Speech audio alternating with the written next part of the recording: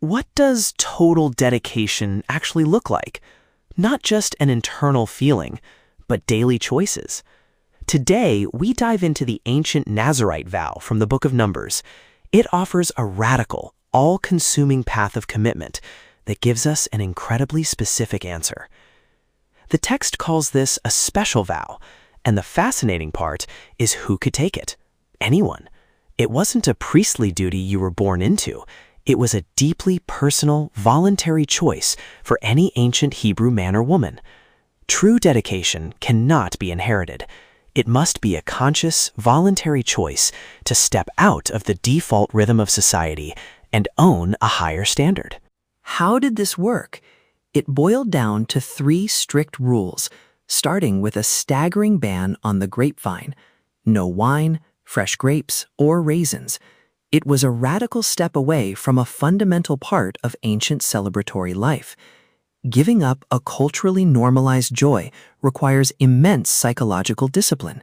It forces a person to find fulfillment entirely outside of societal validation. The second rule provided a constant, visible sign. For the duration of the vow, a razor could not touch their head. The unkempt hair became a walking public declaration of their holiness. A highly visible physical marker holds you accountable to your commitments. It forces the external world to constantly recognize and respect your internal boundaries, broadcasting your separation to everyone. The third rule was the most emotionally demanding. A Nazirite could not go near a dead body, even their own mother, father, or sibling. Your vow to God came before your most fundamental human duty to your family. The highest levels of spiritual commitment sometimes demand agonizing boundaries, forcing you to prioritize the overarching mission above your deepest, most instinctual personal attachments. But life is unpredictable. What if this perfect separation is broken by accident? The text anticipates this. You are following the rules, and suddenly the person right next to you drops dead. Instantly, your vow is broken. No matter how perfectly you execute an operational plan, external chaos can derail it. True resilience is defined entirely by how you handle catastrophic accidents completely out of your control. The path to purification is brutal. You shave your defiled head and bring offerings. But the real kicker is that all the time you already put in is completely wiped out. You must restart the entire clock from day one. True systemic integrity does not allow for shortcuts.